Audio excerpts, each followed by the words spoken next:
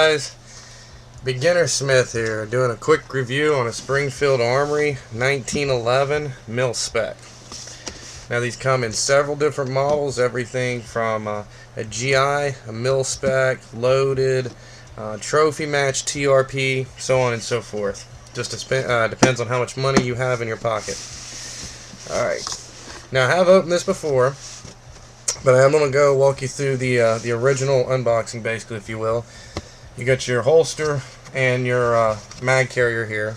Actually, the mag carrier is not bad if you throw it in a backpack. I never put it on my belt or anything, but it works good if you put it in a backpack. It does hold 2 mags. I usually keep them 8-round mags. Comes with some Allen keys. Actually, the Allen keys are pretty useful. The little ILS key. It is a safety feature, so if you're a safety nut, definitely well worth having. Normal paperwork, warning. Guns aren't toys. If you purchased a gun and you thought it was a toy, then I really don't know what to tell you. There never are. They never was. They're fun. They can be used in hunting. They can be used for sport, targeting, plinking, but I'd never say it's a toy. But anyway, here it is. It's the mil-spec. Yeah, I got the serial number covered, of course. It comes with the lowered ejection port, which is one of the big standing features over the GI model, mainly is right here on the slide. Everything else, you still get the same hammer, the same beaver tail, same trigger. Also the bushing and the short guide rod.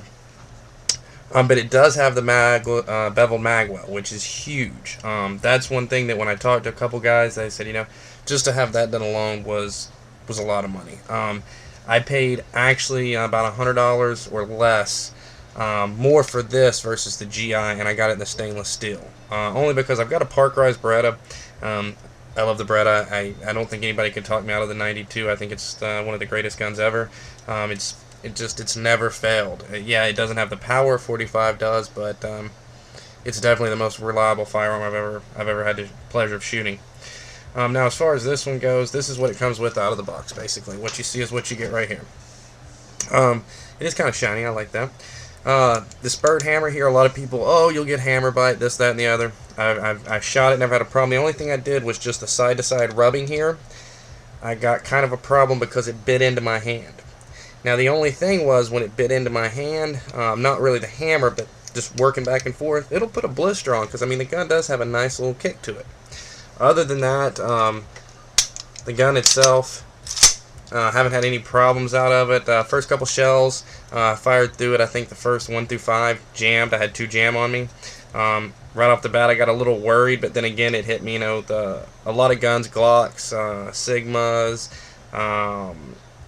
even cheap ones like High Points. You know, they'll shoot right out of the box, but they're plastic guns. I mean, now these are solid steel guns. So the first 1 or 2, I mean, the slide wouldn't even rack that easy. It was very hard to rack. Now, you know, I've worked it in, I've oiled it up real good. That's another thing I was going to say before I get too far into this. As soon as you get this gun, strip it apart. It's very simple. Take all that crappy grease off of it and go get you some. You can get Hobbs, you can get any company. I've got the Elite gun oil, I have Standard gun oil, I've got Remington oil wipes. I mean, I'm not knocking any of those brands. You know, some people say, oh man, buy this $15 one, it's better than the $8 one. I myself don't find that. I mean, the Elite, I paid $2 more than the Standard. It seems a little stickier. You know, it does hold the gun a little bit better, but at the same point, I mean, how many people honestly don't clean their guns that often? If you've got a nice gun, like I think this is a nice gun, I'm going to clean it quite often, every time I shoot it. Now, maybe if I went and bought me a Glock, nothing against them, I love them, but the great part about them is you throw them in a toolbox and you never have to deal with it. You clean it once in a while. It works. This is a little different. This is a lot more fun to shoot than a Glock. Now what I'm going to show you guys real quickly is basically just a field strip of this gun, because there's some things I'm going to do. This is how I bought it. It's all stock. It comes with 2 magazines, stainless steel, a set of black grips. Very nice only because they're really sticky. They'll grip in your hand, but they're plastic and they're cheap.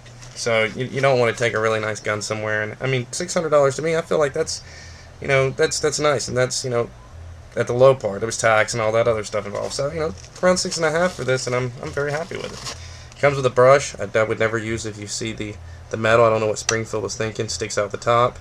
I mean, if you just put that in the wrong way. You can just imagine that grinding on your barrel. So, I mean, it's nice. I use it to clean boots or a knife or something along those lines. But let's keep the gun out. Let's go ahead and let's set the box aside. Now what I'm basically going to show you real quick, guys, is just a very simple breakdown. And there's no magazine. You see me take it right out the box. No magazine in it. Safety check, nothing there. Alright. Now, first thing to do, kick on your lock. Okay? You're going to push your little button down, turn your barrel bushing clockwise. Release the spring in the cap. Set the cap off. Pull the spring out. Turn the gun now. Alright, now you see this little piece here. What you want to do is this button on this side. You want to bring the slide, unlock it, bring the slide all the way back, push right out. That comes right out. Now, just pull it right off the front. This piece drops out the bottom. This, very simple. Slide your bushing the opposite way, counterclockwise. Slides right out the front. Your barrel. Just jiggle it a little bit, and it'll come right out the front. Now that you've got that apart, you can clean all of those parts. Now what you're left here is just your main frame. Now what I'm going to do is go ahead and go a little further and start taking the grips off. Now a lot of times they tell you that's as far as you need to go. If that's all that you feel comfortable going, by all means stop there. Me myself, I feel like if you're going to use it, you might as well figure out how it works. Be careful, don't get discouraged, and be patient. Several times I've gotten upset with myself because I had problems. I couldn't get things apart on it. And I would get a little discouraged. So it takes about 3 or 4 times before you actually know exactly how it comes apart. Now, I've had the pleasure of owning a couple other guns, so when I came to this one, trust me, it was a lot easier than the Beretta, only because of certain pins on it. Mainly the mainspring pins, so if you know anything about those for the mainspring housing, you'll understand. I'm going to go ahead and pull the grips off just to give you guys a quick idea of how fast I can do this here. We're at about, I think about 6 minutes and something. Let me look here. About 7 minutes now. Okay. Alright. So now your part, you got this. Okay. Very simple. What you want to do is, first thing, where your safety is, on the other side, on the mil-spec, it's going to be a single. If it's a loaded model, it's going to be doubles.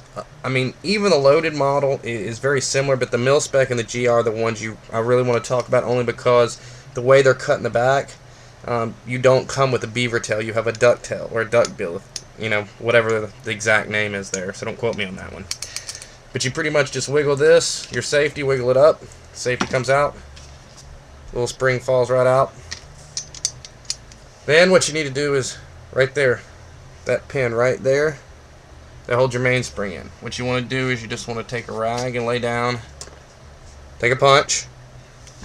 So far I haven't used any tool other than the flathead screwdriver, which you can actually bring that flathead screwdriver back in, put your punch right in there, and just give it a couple little taps to loosen it up. Now you don't want to bring this out because there's a mainspring in here, so what you want to do is just break it loose. Now in your little kit you'll have a little yellow bar. Or I'm sorry, not a yellow, a little silver bar. It's about that color. And it goes in the back of the mainspring. Now, I'm going to show you some customizations with this, so that's why that's not there. So there's no mainspring in there, so guys, the pin comes out. I've already had to use it for the aftermarket parts, which I'm about to show you real quickly. Mainspring comes out. Normally, you put the pin in there, hammers down, pull the trigger, the hammer fires up, mainspring's left in, you tap the pin out, then slide this down. Unfortunately, there's tons of YouTube videos on that. Check them out. Real quickly, here it comes out. Mainspring fell out. Now you're going to take the trigger pin out. Or I'm sorry, that's the trigger pin, hammer pin. Hammer falls down. I've already taken my hammer strut off because I had to use it in an aftermarket part.